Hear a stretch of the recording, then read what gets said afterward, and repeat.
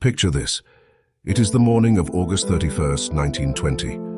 A Polish cavalry captain named Tadeusz Komorowski sits on his horse at the edge of a wheat field near the village of Wolicha Śniatyka.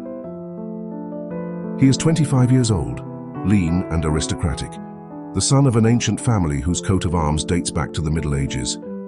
He wears the square-topped czapka of a Polish ulan, a curved sabla saber strapped to his left hip, and a carbine slung across his back.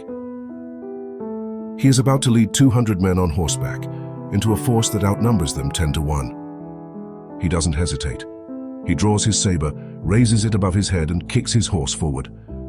The 12th Podolian Uhlan regiment surges behind him, red and white pennants snapping on their lance tips, hooves shaking the earth like a drum roll. Within minutes, a Cossack saber opens a wound across Komorowski's body. His men try to drag him from the field. He refuses. He stays in the saddle, bleeding, fighting, until his divisional commander physically orders him evacuated at sunset. This isn't some romantic cavalry painting. This was the last great cavalry battle in European history. The day that 200 Polish horsemen rode into the teeth of Semyon Budyonny's legendary 1st Cavalry Army, a force of nearly 17,000 Cossack veterans, and broke it so completely that it never fought again. This is the Battle of Komarów, the story of how sabers and audacity defeated an empire on horseback. Before diving into these forgotten stories of survival and defiance, if you enjoy learning about the hidden truths of history, consider hitting that like button and subscribing for more content like this. And please comment below to let me know where you're listening from. I find it incredible that we're exploring these battlefields together from different parts of the world, connected across time and space by our shared curiosity about the past. To understand Komarów, you have to understand that in August 1920, Vladimir Lenin was pacing his office in Moscow, jabbing his finger at a map of Europe and ordering his generals to turn Poland into a highway. Poland hadn't even existed 2 years earlier. It had been erased from the map for 123 years, carved up between Russia, Prussia and Austria. When it clawed its way back to life in 1918, Lenin saw an opportunity, not a nation.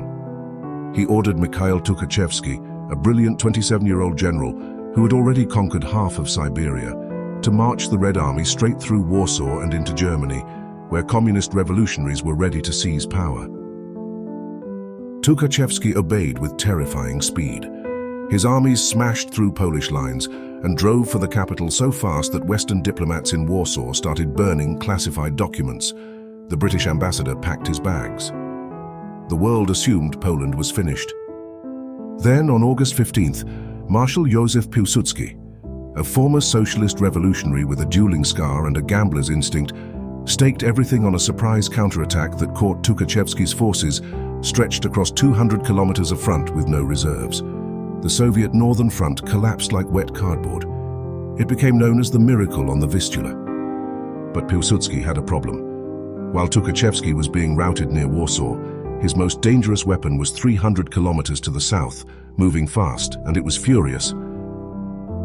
That weapon was Semyon Budyonny's 1st Cavalry Army. And here is your first misconception correction. In pop culture, the Soviet forces of this era are often depicted as a grey mass of poorly armed conscripts stumbling westward. That is propaganda, pure and simple.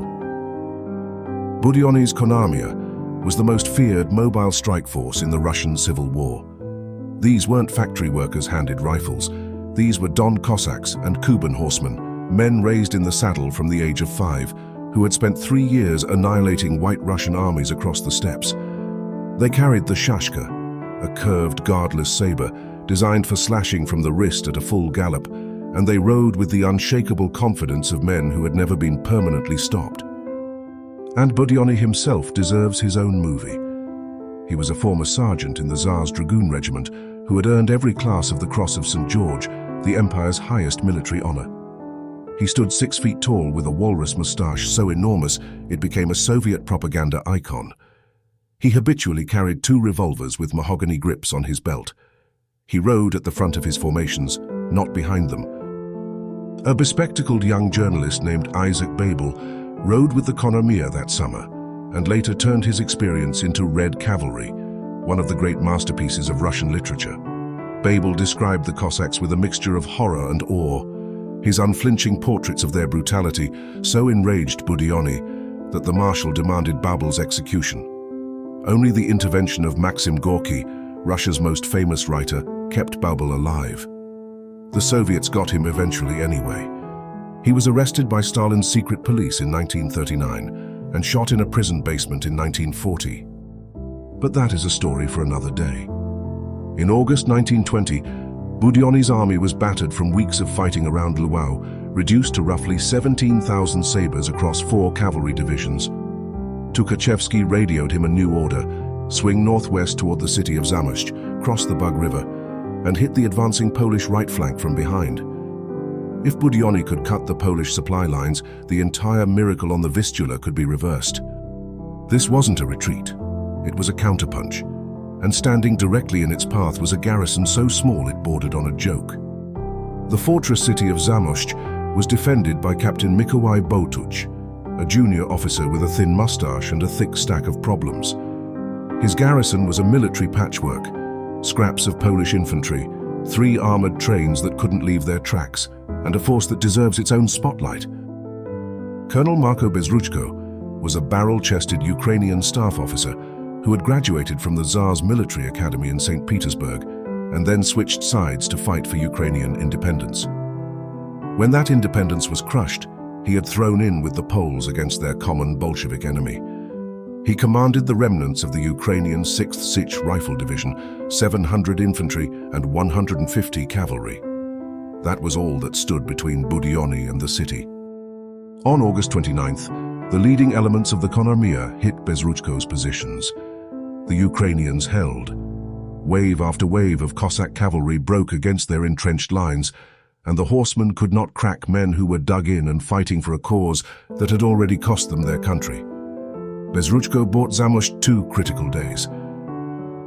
Meanwhile, 20 kilometers to the west, Colonel Julius Rommel was arranging the pieces of an ambush. Rommel was a tall, formal man with close-cropped grey hair and the erect bearing of someone who had spent 2 decades in military academies. He was a distant cousin of a certain German field marshal who would become far more famous, though the Polish Rommel's family roots traced back even further, to a Teutonic knight who owned a castle in Westphalia in 1332. He was an artilleryman by training who had been handed command of a cavalry division, which is a bit like asking a submarine captain to fly a biplane. But Rommel turned out to be a natural because he understood the one thing Budyonny didn't. In 1920, cavalry wasn't just about the charge, it was about the machine gun. His 1st Cavalry Division numbered roughly 1,200 sabres, organized into 2 brigades of elite Uhlan regiments, whose traditions stretched back to the Napoleonic Wars. But the weapon that would matter most was the taczanka, a horse-drawn cart mounting a heavy Maxim machine gun, the same mobile firepower platform the Soviets had made famous. Rommel had adopted the enemy's signature weapon and was about to use it to destroy them. On the night of August 30th, Rommel ordered his artillery to shell Budyonny's headquarters in the village of Antoniovka. The barrage caused massive destruction and forced the Soviet commander to relocate in the dark, cursing and stumbling through unfamiliar terrain. It was a message: we know where you sleep. Now Budyonny faced 3 choices: assault the fortified city, break through entrenched infantry in the forests, or bypass everything and charge the unknown Polish cavalry to the west. He picked the cavalry. He assumed it was a screening force, something he could brush aside. He was about to ride into a meat grinder. Dawn, August 31st, 1920. The air smells like wet grass and horse sweat. A low mist clings to the fields around the village of Wolicha Sniatyka. At 6 o'clock in the morning, 200 men of the 2nd Grochow Uhlan Regiment receive an order that sounds almost casual: ride north and capture Hill 255. A low, grassy mound overlooking the surrounding farmland. Nothing remarkable about it except that from its crest, you can see everything. The Grochow Uhlans canter up the slope and find the hilltop empty, but from the crest, they see something that makes their blood freeze. Below them, spread across fields and dirt roads, is a massive Soviet tabor. Hundreds of supply wagons, artillery limbers, and confused cavalry units jumbled together like a traffic jam on a medieval highway. This wasn't an army in formation. It was an army still waking up. The Polish commander doesn't wait for orders. He gives the signal and 200 lancers charge downhill into the chaos. The impact is devastating. Cossacks are caught between their breakfast fires and their saddles. Polish sabers slash through wagon drivers, horses scatter, panic ripples outward.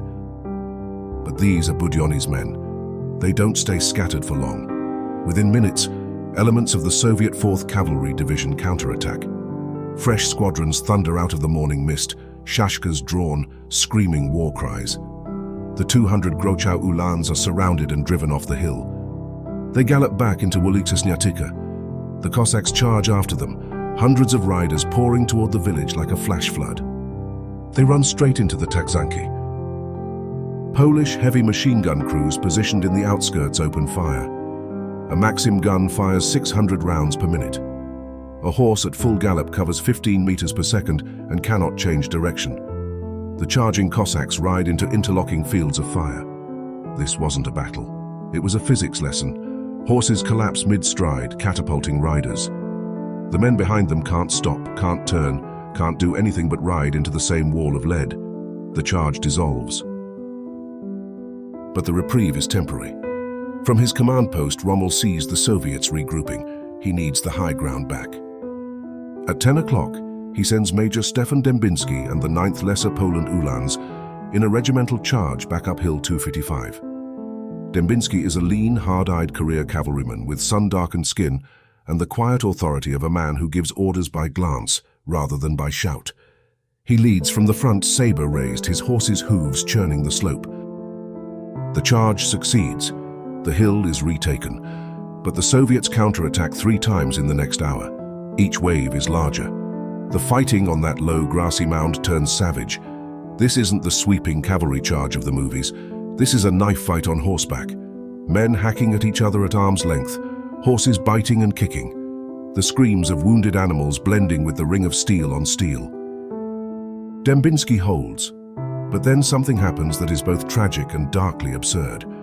The 9th Regiment, still clinging to Hill 255, starts taking heavy fire. Not from the Soviets, from their own artillery. Polish guns behind the lines, unable to see through the dust and smoke, begin shelling their own cavalry. This is the reality of war that nobody puts in the paintings. You survive the Cossacks only to be killed by your friends. Meanwhile, across the battlefield, the 8th Poniatowski Uhlans storm the village of Ulica Sniatyka itself, which has been overrun by Soviet horsemen. The fighting is fence to fence, men on horseback dueling between garden walls and haystacks. And in the middle of this chaos, the Poles stumble on a prize. Budyonny's personal staff car, abandoned in the retreat, papers still scattered across the back seat. They nearly capture the man himself. But Budyonny, who always rode at the front of his men, has already galloped clear. The 4th Cavalry Division, however, is finished. Its remnants scatter eastward in disorder. This wasn't a defeat, it was a demolition. But Budyonny was a man who treated setbacks the way a bull treats a red cape, by lowering his head and charging harder. Which brings us to what may be the most absurd command failure in the entire battle, and it happened not on the Polish side, but at Soviet headquarters. Budyonny's army was organized into 4 divisions, but those divisions had spent the previous weeks scattered across southeastern Poland, chasing different objectives, out of radio contact, and operating on contradictory orders. This wasn't a failure of courage, it was a failure of basic communication. His 6th Cavalry Division, the strongest unit he had, spent the morning of August 31st trapped behind Polish infantry lines west of Zamość. It couldn't get to the battle. His 11th Division had been fighting a separate engagement near the village of Łubianki, and his staff was still reeling from the previous night's artillery bombardment, which had destroyed his headquarters, forcing him to set up shop in an unfamiliar village with runners who kept getting lost. So here is the comedy. The most feared cavalry army in Russia is about to fight the decisive battle of the war, and its divisions are arriving at the battlefield one at a time, like guests showing up late to a party. Each one charges in piecemeal, gets mauled, and retreats only to be replaced by the next division, which has no idea what just happened to its predecessor. Budyonny is effectively feeding his army into a wood chipper, one division at a time, not because he is stupid, but because he literally cannot get his commanders on the same page. His field telephones are strung over miles of contested terrain. His couriers keep running into Polish patrols. One division receives attack orders meant for another. A brigade charges in the wrong direction and has to wheel around under fire. Imagine being a Soviet division commander. You've been riding for 3 days. You haven't received a coherent order in 48 hours. You finally reach what you think is the assembly point, and the first thing you see is a riderless horse with a blood-smeared saddle galloping toward you, followed by the panicked survivors of the division that went in before you. Your orders say attack. The evidence says run. And yet, to their enormous credit, the Cossacks attack anyway. At noon, the Soviet 11th Cavalry Division rotates in to replace the shattered 4th. Dembinski's battered 9th Uhlans charge downhill yet again. 2 cavalry formations collide at full gallop in open fields. This wasn't a battle. It was a time machine. 2 armies fighting with the weapons of the Napoleonic era in a century that had already invented the tank. The collision mechanics tell the story. The Polish Zabla was a heavy, curved saber designed for percussive downward cuts from the shoulder. At impact, its weight could split a collarbone through a heavy wool coat. The Cossack shashka was lighter and guardless, designed for fast slashing from the wrist at a full gallop, lethal against unarmored targets but weaker in the crush of a massed engagement where there's no room for wrist technique. The Soviets compensated with ferocity. In the press of the melee, Cossacks grabbed at Polish lance shafts and snapped them, dragged riders from saddles by their belts, slashed at the exposed inner thigh beneath the saber arm where no guard could reach. They aimed for horses as much as riders, because a dismounted lancer in a cavalry battle is a dead man walking. One common Cossack technique was to hamstring the horse with a low backhand cut, sending mount and rider crashing together. After 30 brutal minutes, the 11th Division breaks. The 7th Brigade is gutted. Rommel releases his reserve. Captain Komorowski leads the 12th Podolian Uhlans in pursuit. This is the charge that wounds him. He takes the saber cut, keeps his seat, keeps fighting.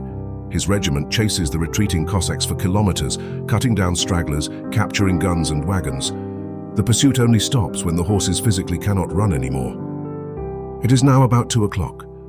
A brief, exhausted silence settles over the fields. Men water their horses. Surgeons work on the wounded. Rommel counts his losses and doesn't like the numbers. But Budyonny has one card left, and it is his best one. At approximately 5 o'clock in the afternoon, the quiet ends. The Soviet 6th Cavalry Division has been trapped behind Polish infantry lines all day. Now it breaks through. 6 full regiments of fresh Cossack cavalry, the largest and strongest unit in Budyonny's entire army, emerge from the tree line near Wolicza Sniatyka and begin forming a battle line. From the Polish positions, it looks like the horizon is growing a new set of teeth. Rommel watches through field glasses. He sees 6 regiments deploying. His own men are exhausted, bled and running low on ammunition. If the Soviets charge first, their sheer mass will overwhelm him. He makes a decision that sounds like a suicide note. He orders every remaining unit to attack before the Russians finish forming up. The 8th and 9th regiments will hit them head-on. The 1st Krechowcy Uhlans, the regiment whose lineage traces back to the most storied traditions in Polish cavalry, will strike the Soviet left flank. And the remnants of the 12th Podolians, limping back from their earlier pursuit, will swing around from the village of Niewiarków and hit the enemy from behind. This wasn't a cavalry charge. It was a 4-pronged ambush launched by men who had been fighting since dawn. The collision is the largest single cavalry engagement of the entire battle. 2 tidal waves of horsemen meet across a kilometer of trampled farmland. There is no line. There is no formation. There is only a swirling, screaming mass of horses and men, sabers catching the late afternoon sun. The thunder of hooves so loud it drowns out everything. The Krechowcy Uhlans hit the Soviet flank like a hammer on glass. Their charge fractures the formation from the side. Cossacks who were facing forward suddenly have Polish lancers coming at them from the left, lance points dropping to the horizontal, aimed at the chest and the face. A lance outreaches a saber by 2 meters. In the first seconds of a flank charge, the lancer has the killing advantage, punching his weapon through the rider before the Cossack can even turn to swing. Then, from behind hoofbeats, the 12th Podolians arrive. Cossack cavalrymen, already pressed from front and flank, hear the sound every soldier dreads. More horses, wrong direction. The realization that you are surrounded is the moment armies die. The Soviet 6th Division holds for 30 minutes. 30 minutes of the most savage close-quarters mounted combat Europe would ever witness. Men tangled so tightly that sabers were useless, and they drew pistols, firing point-blank into the crush. Horses bit and kicked. Riders who lost their mounts disappeared under the churning hooves above. Budyonny gives the order to retreat. The 6th Division turns east, trying to escape, and rides directly into the positions of the Polish 2nd Legion's infantry division, dug in under Colonel Michał Wyszynski. Entrenched infantry, machine guns. This wasn't a retreat. It was a gauntlet. The Soviets break through, but they leave behind hundreds of dead and wounded. By nightfall, the Battle of Komarów is over. When the dust settles on September 1st, Colonel Rommel rides across the battlefield. The scene is one that belongs more to 1815 than 1920. Across miles of trampled wheat, the wreckage of the Konarmia lies scattered like the contents of a shattered chest. Abandoned taczanki with their Maxim guns still warm. Dead horses in rigid, grotesque poses. Sabers half buried in mud. Broken lance shafts sticking out of the earth like crosses in a graveyard. The Polish 1st Cavalry Division has lost approximately 500 killed and 700 horses. Not a single Pole has been taken prisoner. The Soviet losses were never officially published, but estimates run to at least 4,000 men across the multi-day engagement. 2 of Budyonny's 4 cavalry divisions are effectively destroyed. But the number that matters most is this: 0. That is the number of combat-effective formations remaining in the 1st Cavalry Army. Less than a month later, at Budyonny's own request, Tukhachevsky pulls the Konarmia off the front. The force that had terrorized Ukraine, burned villages across Volhynia, and nearly reached the gates of Lwow would never fight again. And here is where historians sometimes claim that this was the greatest cavalry battle since Napoleon's time, since the Battle of Leipzig in 1813. That is an error, and it is constantly repeated. The American Civil War produced the Battle of Brandy Station in 1863 with more cavalry involved. The Russian Civil War itself featured larger mounted engagements, but what Komarów was, without question, was the last time massed cavalry fought as cavalry and not as mounted infantry in a European battle. After Komarów, the horse vanished from the battlefield forever. Now we come to the scene that defines this story. After the battle, Rommel calls his officers into a captured Soviet command tent. Inside they find maps covered in Cyrillic, half-eaten meals, and a collection of loot the Cossacks had accumulated across their summer rampage through Poland. Silver candlesticks from Ukrainian churches, embroidered cloth from Jewish homes, leather boots stripped from prisoners. Rommel looks at the scattered plunder, then looks at his officers and says, "Gentlemen, remember what you see here. This is what they came to do to us, and this is what we did to them." Then he walks outside, mounts his horse, and rides to check on the wounded. It is a perfect moment for a victory. Clean, triumphant, quotable, the kind of scene that should end a movie. But history doesn't end movies. History keeps rolling. 19 years later, on September 1st, 1939, the Germans come. Juliusz Rommel, now a major general and a national hero, is given command of the Łódź Army, tasked with defending central Poland against the Wehrmacht. He is Poland's most celebrated cavalryman, fighting a war that has no use for cavalrymen. He positions his forces close to the German border, in flat terrain with no natural defenses. It is a catastrophic error. The panzer divisions that hit his lines move faster than any horse. Within days, his army is outflanked, cut off, and shattered. The man who won the greatest cavalry battle of the 20th century is being annihilated by the machines that replaced the horse. Every instinct he honed at Komarów, the flanking maneuver, the timed charge, the bold counterattack, is meaningless against armored vehicles that don't tire, don't bleed, and don't panic. Under circumstances that remain disputed to this day, Rommel becomes separated from his army and retreats to Warsaw. He is given command of the city's defense. For 3 weeks, the old cavalry colonel holds Warsaw against dive bombers and artillery bombardments that reduce entire neighborhoods to rubble. He signs the capitulation on September 28, 1939. Before the surrender, he issues a final order, authorizing the creation of an underground resistance movement. Then he turns himself over to the Germans. He spends the rest of the war in a prisoner of war camp at Murnau in Bavaria. The hero of Komarów, the man who broke Budyonny, watches through barbed wire as the country he saved on horseback is dismembered by machines. He survives the war, returns to communist Poland, publishes his memoirs and dies in 1967 at the age of 86 in a Warsaw that belongs to the Soviet Union, the very empire he had defeated on that August afternoon. The gold star of the Red Army now flies over the city his cavalry once defended with sabers. The irony would have been unbearable to anyone except a man trained to keep his face expressionless in the saddle. But the most devastating fate belongs not to Rommel, but to the others who rode at Komarów.